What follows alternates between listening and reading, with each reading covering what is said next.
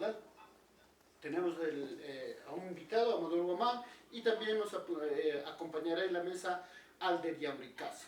Vamos a dar inicio entonces un poquito haciendo un comentario respecto a esta introducción de un modo de enseñar al estudiante que se viene implementando en las instituciones educativas del Perú desde hace ya un tiempo atrás, desde un promedio de 20 años atrás, que se viene implementando con fuerza este enfoque por competencias y que para muchos no tiene los resultados que se espera y para otros, por supuesto que sí, y que el trabajo que se viene realizando se realiza pues de manera paulatina, a largo plazo, y es necesario educar y enseñar a la gente para que ellos puedan ver la verdadera magnitud y naturaleza de este enfoque por competencias y así quizá deslindar algunos mitos que se han generado a partir de docentes, padres de familia y autoridades que quizá tienen una comprensión distinta del enfoque por competencias. Entonces, más nada, con esa breve introducción, comenzamos y bueno, primero la bienvenida a Amador. Gracias Joel, gracias también a Alder, maestros huancavelicanos que de alguna forma en el ámbito que les corresponde han sobresalido y en el caso de Joel me parece que es especialista en la UGEL huancavelica y creo que los estamentos a donde representan y en los lugares donde han trascendido consideramos pues que de alguna forma lo han hecho con creces. Entonces, el día de hoy me presento yo, soy Amador Guamán Condori, también maestro de formación y vocación, porque sí, siempre me ha interesado el tema educativo en todos los ámbitos, rural, urbano, privado, público, y con esa experiencia me permito opinar respecto a esta realidad educativa en nuestro país. El porqué de la problemática de la educación peruana, el porqué de la problemática de la educación huancavelicana. ¿Será culpa del enfoque? ¿Será culpa del maestro? ¿Será como Mariátegui lo decía todavía de la economía? ¿Será culpa de los gobernantes o de los padres de familia, de la sociedad en su conjunto? Y creo que en esta oportunidad vamos a tener que dilucidar algunos temas, esperemos que estemos pues a la altura, y respecto en esta oportunidad a lo que es el enfoque por competencias. Bien, Amador, empezaríamos entonces preguntándonos cuál es nuestra comprensión respecto a este enfoque por competencias, ¿no?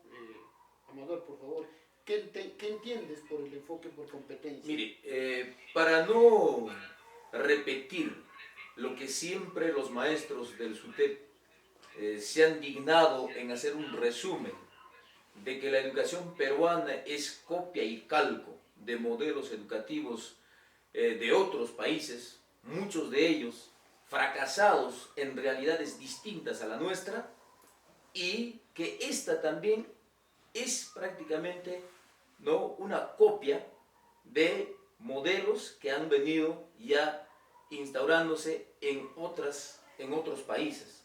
Entonces, de tal manera que el Ministerio de Educación, ese tema seguramente va a ser motivo de debate en otra oportunidad. Consideramos, yo he visto como maestro, y debo decirlo a mucha honra, he sido maestro preuniversitario durante 8 años, en todas las academias y centro preuniversitario. Soy docente nombrado en un colegio rural, conozco esa realidad. He sido también muchos años docente de colegios particulares en Huancavelica. He sido director de muchas instituciones, incluyendo de lo que es el Instituto Tecnológico Huancavelica, así como docente universitario en su oportunidad. Entonces, con esa autoridad me permito opinar, no porque leí, no porque el ministerio lo manda, sino porque conozco esa realidad en todos los recovecos de nuestra región. Y me gustaría seguir investigando, seguir conociendo realidades, y por ello mismo acabo de reasignarme. Alguien me decía, ¿no? ¿Y por qué el profesor se reasigna más lejos de su plaza?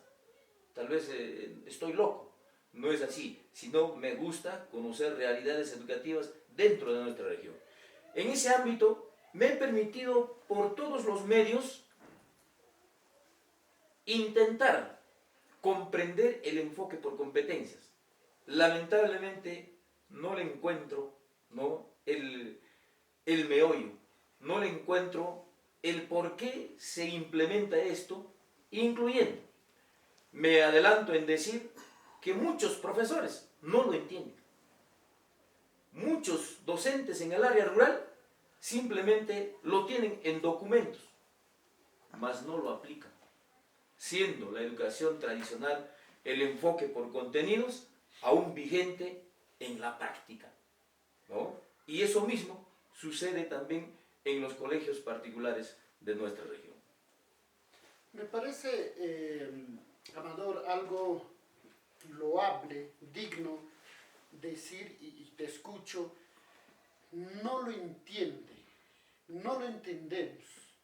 Y esa falta de comprensión quizá hace que la apliquemos, o como lo acabas de mencionar, que el enfoque tradicional, por el contrario, siga latente, ¿no?, en nuestras instituciones educativas. Entonces, la falta de comprensión adecuada de esto no impide o no significa que el enfoque por competencias esté mal. Por un lado ello. Por otro lado, manifiestas que es una copia, un calco de otras realidades. Sin embargo, tampoco veo yo que el hecho de ser un calco o una copia de otras realidades no significa que no sea un enfoque adecuado para poder ser implementado. Me gustaría preguntar, te pregunto, en las redes sociales hemos podido observar tu clara denostación respecto a este enfoque, tu rechazo a este enfoque. ¿Cómo lo resumirías tus razones por las que tienes este rechazo al enfoque por competencias? Por muchas razones. Uno de ellos, los resultados que tenemos en el tema educativo, en el tema...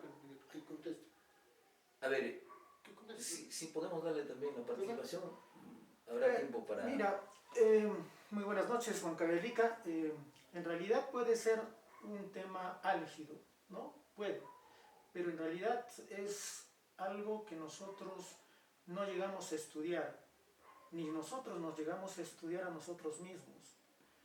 Hay una cosa que se llama sistematización. Creo que alguna vez empezamos esto a discutir, Lerner, cuando, en directo, ¿no? Y fue candente porque nos pusimos en ciertos motivos de que uno puede, por el causa y error, lograr un sistema. Yo defendí eso y tú sustentabas que hay que estudiar desde la literatura, mediante los escritos, las investigaciones y ponernos de acuerdo, ¿no? Y luego quedamos en conclusión de que ambas cosas podían funcionar, y eso en sí significa un resultado por competencias, porque estamos demostrando habilidades, destrezas. Y ese es el caso, en realidad, que se va a decir en el mundo actual de lo que se dice, que ha fracasado el Plan CAT. Ustedes han leído el Plan CAT, que es el año 2000, ¿no? La implementación. Y es justamente una implementación, se podría decir, ambiciosa dentro del Perú, que podría haber hecho una transformación fuerte. Pero cuando tú ves cuáles han sido lo que ha mermado y lo que ha limitado, han sido unos factores muy contraproducentes desde el mismo magisterio. Muchos docentes desconocían porque había muy poca comunicación y había muy pocas capacitaciones, había muy poca gente informada acerca de qué era el Plan CAT. de que era el constructivismo y todo esto, ¿no? Estábamos hablando desde los años 2000 hasta el 2005. Luego viene otro proyecto de planificación y programación para el 2006, 7, 8. Se rediseña nuestro diseño curricular. ¿Y cuántos de nosotros sabemos cómo se desarrollaba por,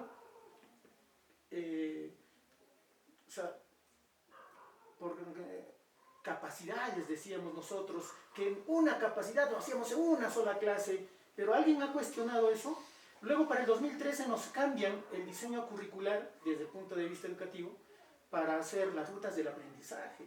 Pero ¿cuántos de nosotros tuvimos el gran conflicto de decir, no, es que en la ruta de aprendizaje nos han dicho anteriormente que solamente es por una capacidad para hacer una sesión de aprendizaje y para eso no tenemos que tener nosotros los indicadores? Entonces hay una confusión dentro de maestros, mismos especialistas, porque estuve en varias capacitaciones y los mismos especialistas trastabillaban y decían, voy a consultar a Lima o vamos a ir, tenemos vacíos. Cuando en el cuaderno decía que todo era un engranaje que se articulaba en una clase. Entonces, desde 2013 para el 2017 comienza este gran boom de que en realidad no desarrollamos una sola capacidad en una sesión de aprendizaje. Por lo que en este preciso momento, yo cuántas cosas estoy demostrando y estoy hablando. Pronunciar bien, organizar mis ideas, articular bien las ideas, hacer un hilo, o cómo se podría llamar esto, una historia, bueno, vamos a llamarle línea del tiempo, de acuerdo a su especialidad, para poder darnos cuenta que en realidad la falencia que más tenemos dentro de todos estos procesos de capacitación no han sido los estudiantes, han sido factor docente. Muchos docentes que se han, ¿cómo se dice ese término? Han tenido resistencia, que simple y llanamente ni siquiera se han producido, a ver, voy a experimentar, a ver, ¿qué tal si lo estoy haciendo yo esto como me lo hizo? O quizás estoy superando, haciendo otras cosas que acá no le está mostrando en el mismo insufacto.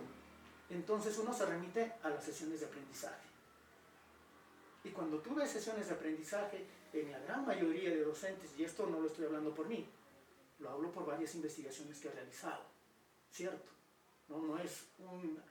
Y se tiene este comportamiento. Entonces se nota que ni siquiera pueden planificar. ¿Desde cuándo, querido maestro, se están haciendo las situaciones? Yo recuerdo que en Huancavelica, un maestro en el año del 2017 vino al colegio Miguel Bastillas Puyucagua para hacer una capacitación a nivel de UGEL. Y el especialista se basó durante las 4 horas para poder enseñarnos cómo se hace una situación de aprendizaje, en 2017.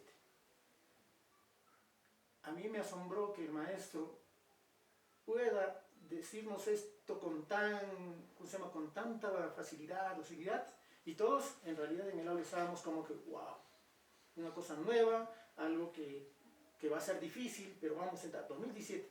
Pero eso es lo que nos dijo el 2017, el señor ya se había planteado en el 2012, 13, 14, para que se hagan las rutas de aprendizaje.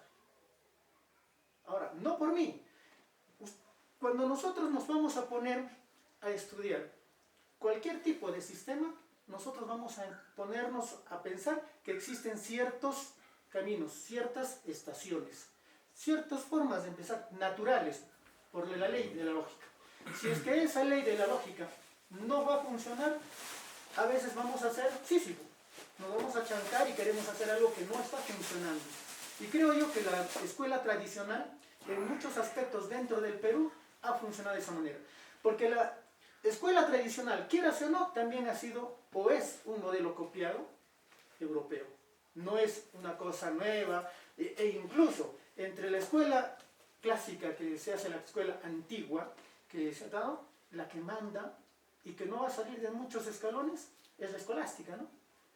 Y es muy buena la escolástica, a comparación de otras formas de enseñanza que se da a nivel nacional y mundial. Dentro de esto, ¿qué es un fracaso? Lo que usted menciona, para mí tendría que ser falso bajo documentos. En el Perú hay más de 48 grandes instituciones particulares que tienen, ¿cómo se llama?, el enfoque por competencias.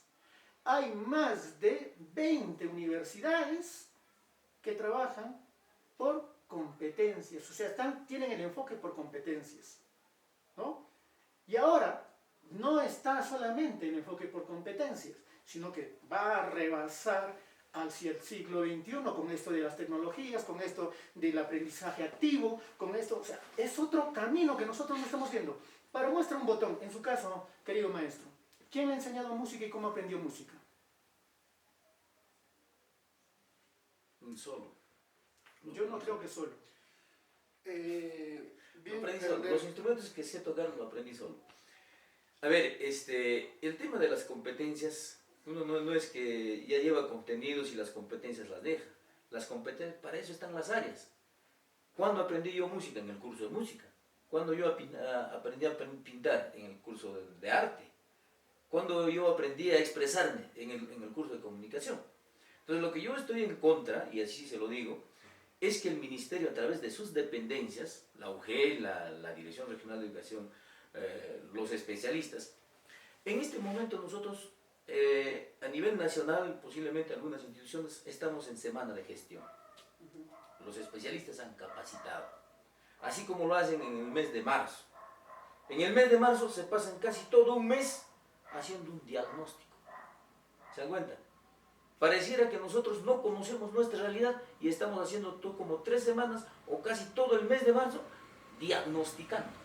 Yo le digo, este es el portafolio de un docente.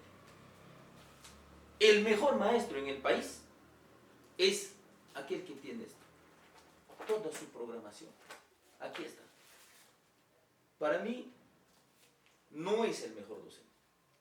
El mejor docente es aquel que en primer lugar tenga preparación, porque de acuerdo a este enfoque pedagógico de las competencias, ¿qué dice? En resumen, el alumno construye sus conocimientos haciendo, ¿cierto?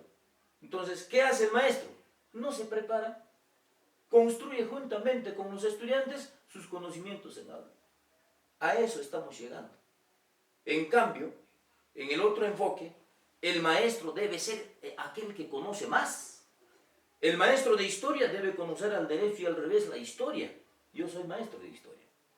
Y como tal, en cualquier escenario me desenvuelvo como tal. El maestro de comunicación con errores ortográficos. ¿Ha visto usted alguna huelga de los profesores? Cuando salen con sus pancartas y nos dicen con errores ortográficos, es producto que no le estamos dando importancia al tema de conocimientos, al tema de los contenidos.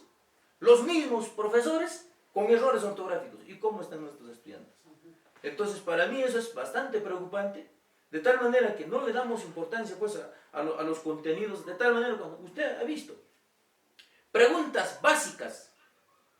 Usted sale a la calle en Huancavelica y dice, a ver, vas a preguntarle, ¿quién es Miguel Grau? Me va a apuntar, él es. No conocen quién es el personaje. Muchos dicen, no al memorismo, nos decían en su oportunidad. Hay que memorizarnos nuestro cumpleaños. Hay que memorizar la tabla periódica, hay que memorizar la tabla de multiplicar, hay que memorizar cuando es necesario. Si yo te digo, ¿no? ¿Cuánto es, digamos, la altura de Huascarán? Hay que memorizar porque es el pico más alto de nuestro país. Entonces, es necesario los contenidos. Y el estudiante debe conocer para que en razón a esos conocimientos pueda desarrollar sus capacidades, Amador, sus habilidades. Pregunta para que sigas en el diálogo. Solo una pregunta. ¿Quién te dijo que el enfoque por competencias rechaza los conocimientos? No he dicho eso tampoco, sino que le dan mayor prioridad a lo que es la documentación, el papelucheo. No, a ver, Ya. entonces Eso- creo que eso- tenemos grandes falencias de cómo asumir el famoso papelucheo que tú le dices. Las evidencias que tienen que mostrar un producto no significa fotocopias sencillas, son trabajos que deben de realizar los estudiantes. ¿Me entiendes? Y si tú me haces ver ese gran portafolio que está muy bien forrado, qué bonito, tendríamos que ver cómo está diseñada su sesión de aprendizaje y luego ver qué es lo que ha sucedido en su sesión de aprendizaje y luego si el profesor, la maestra de ese trabajo ha tenido sus mejoramientos por ello mismo, qué hacer. Hay un montón de procesos que Le hago solamente un resumen. En este momento, posiblemente en Huancavelica y el Perú, tengamos los mejores maestros planificadores, los mejores maestros que saben hacer su experiencia de aprendizaje, los mejores maestros que tienen la documentación en orden. Pero cuando tú le evalúas a ese maestro, una consulta, maestro. ¿no? O sea, el maestro, para mí, siempre debe estar maestro, una consulta. Preparado de para acuerdo a cualquier una competencia. contexto. ¿Tú te tienes que preparar o no te tienes que preparar? Siempre. Siempre. Siempre. Ya. ¿Tú tienes que planificar o no tienes que planificar? Se tiene que hacer la planificación, pero no, o sea, no exagerar esa planificación. Ahora, No mira, exagerar. hay algo fundamental. Te hago un resumen para responder esa pregunta, ¿no? La planificación es importante, sí. Miren, cuando nosotros hacemos ciertas obras públicas, en la gestión pública, para hacer un puente, se hace un estudio, una planificación, se hace pues un expediente técnico, etc., ¿no? Y van pasando por diferentes, o sea, nos hemos acostumbrado a planificar. Solamente en la planificación se va el presupuesto, ¿no? Y cuando tú ejecutas, también es otro presupuesto. Imagínense, Machu Picchu se habrá hecho con esa planificación, habrá pasado por un expediente, por un perfil. No. Ha habido una pequeña planificación, se han diseñado y se ha ejecutado. Entonces vayamos a ese tema. Mira, Amador, hay varios puntos, pero lamentablemente nos hemos ido por aquí y por allá. Y yo te estaba preguntando cuáles son tus razones por las que rechazas, ¿no?, el enfoque por competencias. Bueno, Alder intervino y como que nos fuimos por las ramas. Pero te iba escuchando y quizá uno de tus rechazos es porque ves que se le ha desmerecido al conocimiento por el enfoque. Se le ha desmerecido, no es que se le ha anulado, se le ha desmerecido. Ahora, cuando nosotros, por eso, y hay otro punto fundamental que hablas, que es el profesor, el docente lo está comprendiendo mal el enfoque por competencia. Posiblemente. Y al comprender mal, pues lo aplica mal. Y si lo aplica mal, los resultados van a ser desastrosos como estamos viendo ahora. Ahora, bien, primero la comprensión de la importancia de los conocimientos. Y aquí un poco hay que ir a lo que nos dice Pedro Ravela, inclusive la taxonomía de Bloom y todos ellos. Hay un escalón de habilidades que debe desarrollar el estudiante. ¿No es cierto? No solamente el estudiante, cualquier persona como nosotros, más en una sociedad como hoy, en una sociedad en donde la inteligencia artificial está entrando con toda su fuerza, las tecnologías, y ahora se viene una tecnología de futuro sorprendente. ¿Vamos a seguir con una educación que responde a siglos atrás? ¿No crees que esta sociedad de hoy requiere diferentes habilidades que lo necesitaba anteriormente? Y vuelvo a esa escalera que te mencionaba. Ravela nos menciona en el nivel más bajo lo que es el memorizar. Pero el enfoque por competencia no te dice no memorices. Segundo nivel, que ese es el más bajo, seguimos, el aplicar. Viene el profesor, el primer paso es memorizar lo que tú decías, no tengo que memorizar cuál es el pico más alto y todo eso, memorizo, listo. Segundo, aplicar. Viene el profesor y te dice la fórmula para hallar tal cosa, es esta fórmula. Y el estudiante, ¿qué hace? Simplemente recuerda lo que el profesor le dijo. Tercer nivel, ya es la comprensión, comprender todo lo que ha aprendido el estudiante, lo que ha aplicado, lo que ha memorizado, comprender. Siguiente escalón es el de la valoración, la evaluación. Y el último o el primer escalón es la creatividad. Que el enfoque por completo no te dice no debes de trabajar esto, todo esto, no. puedes memorizar, puedes aplicar, pero comprender que hay habilidades superiores al mismo memorizar, al mismo aplicar. Entonces te dice el enfoque por competencias, no te quedes ahí. Hay otras habilidades que puedes desarrollar, en algún momento, mira, yo le digo, crear. El año pasado yo, a propósito, adrede, he vuelto a las aulas para entender mejor este tema. porque yo me dedicaba ya a lo que es el tema directivo. Entonces yo, adrede, volví a las aulas, ¿para qué? Para entender mejor este proceso. Pero lamentablemente me choco con otra realidad, ¿no? El enfoque por competencias se está mal entendiendo y se está mal aplicando. Segundo, cuando el director en 2 oportunidades vio mi clase, observó mi clase, que yo siempre he mencionado, él me dice, maestro, tú no te das cuenta, tú estás aplicando el enfoque por competencias. ¿Por qué? Porque hago que el estudiante participe, hago que el estudiante dinamice, hago que el estudiante investigue. Y muchas veces también, así como nosotros de repente ustedes dicen, no es que el contenido lo desechamos en el enfoque por competencias, tampoco en el enfoque por contenidos se desecha tampoco pues el resto, lo bueno que existe. Lamentablemente, y para continuar con mi argumentación, lamentablemente es eso lo que ha comprendido el profesor. No hay que memorizar y por lo tanto no hay conocimientos. No se digo jamás eso, sino, muy bien, con todo ese conocimiento que tú tienes, ¿qué haces? ¿Qué puedes hacer?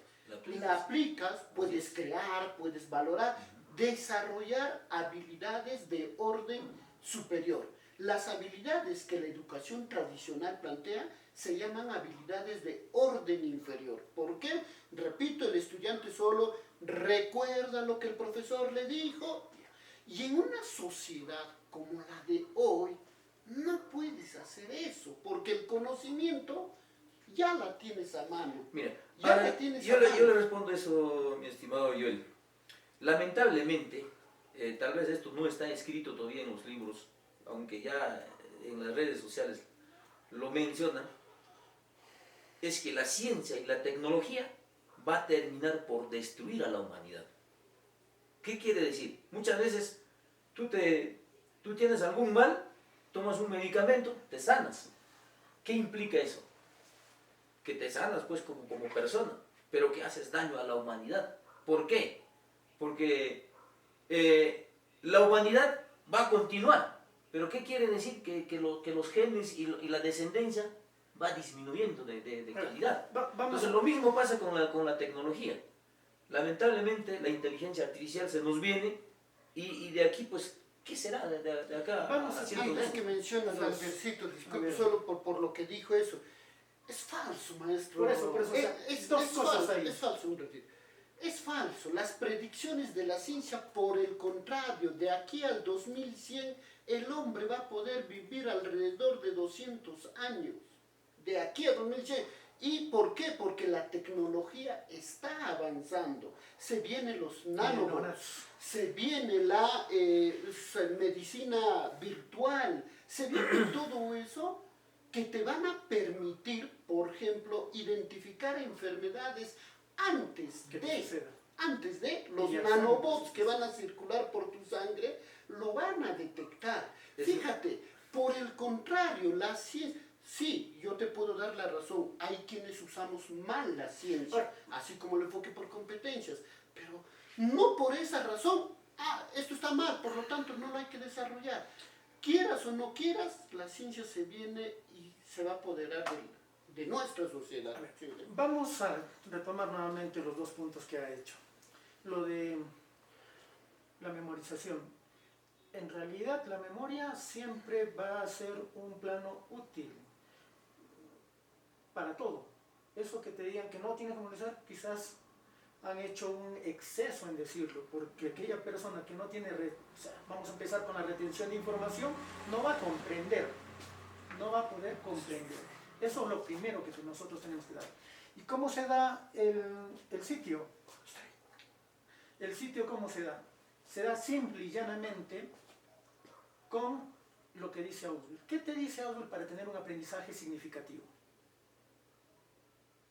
hay que tener mayor información del tema, del proceso de que estás tomando para poder relacionarte, alimentar